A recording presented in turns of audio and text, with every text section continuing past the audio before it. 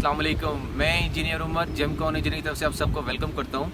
आज की हमारी वीडियो है ज़मीन की पैमाइश किस तरह लेते हैं और इसका रकबा एरिया कैसे कैलकुलेट करते हैं। इस वीडियो के पीछे एक स्टोरी है और वो ये है कि जिस प्लॉट पे मैं इस टाइम खड़ा हूँ तो इस प्लॉट के ऑनर ने मुझसे नक्शे के लिए रब्ता किया। तो मैंने उन्होंने जो मुझे नक्शा दिया तो वो नक्शा जो लेआउट था जिससे वो पहले बनवा रहे थे वो इस प्लॉट के मुताबिक नहीं था। तो मैंने उनसे पूछा कि आपने कितनी डायमेंशन अपने आर्किटेक्ट को दी थी। तो उन्होंने कहा जी मैंने 4 डायमेंशन दी। पूछा नेक्स्ट क्वेश्चन कि आपका आर्किटेक्ट ने सर्वे किया था प्लॉट का, विज़िट किया था? तो उन्होंने कहा नहीं, कोई विज़िट नहीं किया, जिसकी वजह से उनका जो लेआउट था वो गलत बना, प्लॉट के मुताबिक नहीं था। तो ये गलती उन्होंने शुरू में पकड़ ली। अगर ये ड्राइंग बन जाती, और अक्सर होता है कि नक्शा नवीस जो होते हैं वो ड्राइंग बना देते हैं और प्लॉट की जो एक्चुअल शेप होती है उस पर नहीं आती, तो बाद में कॉन्ट्रैक्टर को डिफ़िकल्टीज फेस आती हैं। हमेशा याद रखिएगा प्लॉट की आपने 6 डायमेंशंस लेनी है, 4 साइड्स की और 2 डायगोनल्स की। अब जो है हम इस प्लॉट की ज़मीन की पैमाइश लेना शुरू करते हैं। तो पैमाइश लेने से पहले जो आपको चीज़ें दरकार होंगी, जो इक्विपमेंट चाहिए होगा, वो ये हैं कि आपके पास एक इंची टेप, फीता होना चाहिए, आपके पास डोरी होनी चाहिए, पेंसिल और आपके पास पेपर होना चाहिए। इसके अलावा आपके पास जो है चूना अगर है तो ठिये लगाने के लिए आप वो इस्तेमाल कर सकते हैं। अगर आपके प्लॉट की डिमार्केशन नहीं हुई तो आप जो है किला लगाने के लिए कोई वुडन का या सरिये का पीस अपने साथ रखें। अच्छा, प्लॉट जो है मुख्तलिफ शेप्स का होता है, क्वाड्रिलेटरल होता है, रेक्टेंगल होता है, तिकोन, मुस्ततील, तो मुख्तलिफ शेप्स होती हैं, चाहे वो सोसाइटी में हो या वो किसी भी शहर में हो। प्लॉट की जो शेप है वो आप टाउन प्लानिंग वाले नक्शे में देख सकते हैं कि पीछे से ये जो है ज़्यादा है और आगे से कम है। सेकंड जो है आपने 4 कॉर्नर्स प्लॉट के आइडेंटिफाई करने हैं कि कहाँ पे मेरे प्लॉट के कॉर्नर्स बन रहे हैं, और वहाँ पे जाके आपने एक वुडन का, लकड़ का या कोई सरिये का किला इंसर्ट करना है, उसके अंदर दबाना है। अगर आपके प्लॉट की डिमार्केशन हुई भी है तो आपको सोसाइटी का सर्वेयर वो किले लगा देता है। जैसे ये एक किला लगा हुआ है सरिये का, तो यहाँ से इसको रेफरेंस पॉइंट बना के हम इस साइड की डायमेंशन लेंगे, फ्रंट की लेंगे, राइट की लेंगे और बैक साइड की लेंगे।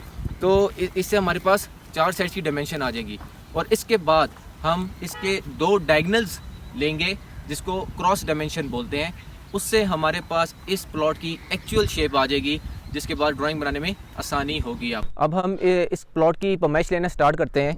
तो ये मेरे पास फीता है और ये हमारे पास एक पॉइंट यहाँ पे लगा हुआ है, एक इसका फ्रंट पे लगा हुआ है। तो हम यहाँ से इसको स्टार्ट करेंगे और आगे तक जाएंगे। इसकी ये जो साइड है हमारे पास राइट साइड, उसको हम मार्क करेंगे। ये इसी तरीके से चारों साइड्स की हम मेजरमेंट लेंगे और फिर एंड में हम इसके डायगोनल्स की लेंगे, जिस तरह मैंने आपको पहले बताया था।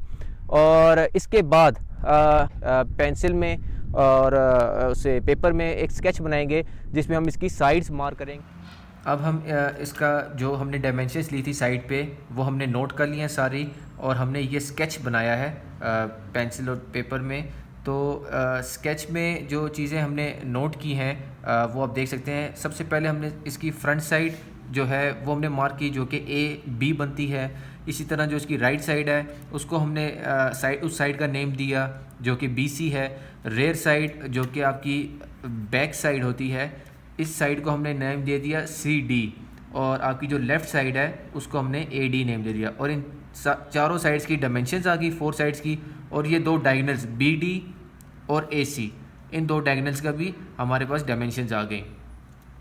तो जब आप ये डायमेंशंस लेंगे और ये स्केच बनाएंगे तो आपकी जो स्टैंडिंग पोजीशन है वो यहाँ पर हो, आप फ्रंट पे खड़े हो के प्लॉट की बैक साइड देख रहे हो, तब आपका ये स्केच सही प्रॉपर ड्रॉ होगा। इसके बाद अगर आपका प्लॉट पेंटागन शेप का है, इस शेप का प्लॉट है आपका, तो आपने इसमें 7 डायमेंशंस लेनी है। लाइक 1 ये हो गई, 2 3 4 5, एक आप ये डायगोनल ले लें 6, और एक आप ये डायगोनल ले लें 7। तो ये हमने इस पेंटागन शेप को राइट एंगल ट्रायंगल में डिवाइड कर दिए हैं, और इसके बाद हम इसको फार्मूले के ज़रिए इसका एरिया कैलकुलेट कर सकेंगे। तो सबसे पहले मैं आपको जो बेसिक जिससे एरिया कैलकुलेट करते हैं फार्मूला वो बताता हूँ, और जो जिसे आप आसानी से अपने ज़मीन का रकबा निकाल सकेंगे। अब हम जो है प्लॉट का रकबा कैलकुलेट करेंगे कि किस तरह हमने इसका एरिया निकालना है। तो ये मैंने पैमाइशें नोट कर ली थी। तो जो फार्मूला है वो ये है कि area is equal to AD plus BC divide by 2 multiply by AB plus CD divide by 2 के AD साइड और जो BC साइड है इन दोनों को हम जमा करेंगे और उसको 2 से तकसीम कर देंगे। इसी तरीके से इस AB और CD आमने सामने वाली जो साइड्स हैं इनको जमा करेंगे और फिर 2 से तकसीम कर देंगे, और इनका जो आंसर आएगा, जवाब आएगा, उसको फिर आपस में हमने मल्टीप्लाई कर देना है। ये हमारे पास दोनों के जवाब आ गए। 90 का जब हमने ऐड किया और 2 से जब हमने डिवाइड किया तो इसका जो आंसर है वो 52.7 आया। तो हम जब हमने 90 को जब हमने ज़रब किया 52.7 से, अब जो हमारे पास इसका एरिया आया है वो आया 4743 स्क्वायर फुट, मतलब 4743 मुरब्बा फिट आपके पास इस प्लॉट का टोटल एरिया आ गया। अब इस स्क्वायर फुट को हमने मल्लों में लेके जाना है। तो आपको जैसे मालूम है कि एक मल्ला जो है वो छोटा मल्ला 225 स्क्वायर फुट का है और जो बड़ा है वो 272.25 स्क्वायर फुट है। तो चूँकि ये प्लॉट सोसाइटी में है, यहाँ पे 225 स्क्वायर फुट मल्ला चल रहा है, तो हम इसी को फॉलो करेंगे। तो हमारे पास जो एरिया आया था वो आया था 4743 स्क्वायर फुट।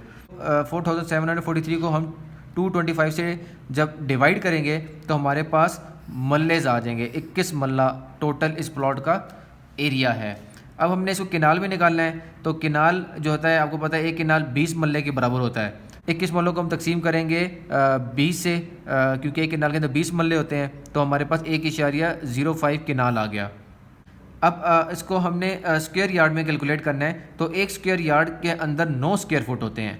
तो हमने जो एरिया कैलकुलेट किया था 4743, इसको हम 9 से डिवाइड करेंगे, हमारे पास स्क्वायर यार्ड आ जाएंगे, मुरब्बा गज आ जाएंगे, जो कि 527 स्क्वायर यार्ड है। तो ये तरीक़ेकार होता है प्लॉट का रकबा कैलकुलेट करने का।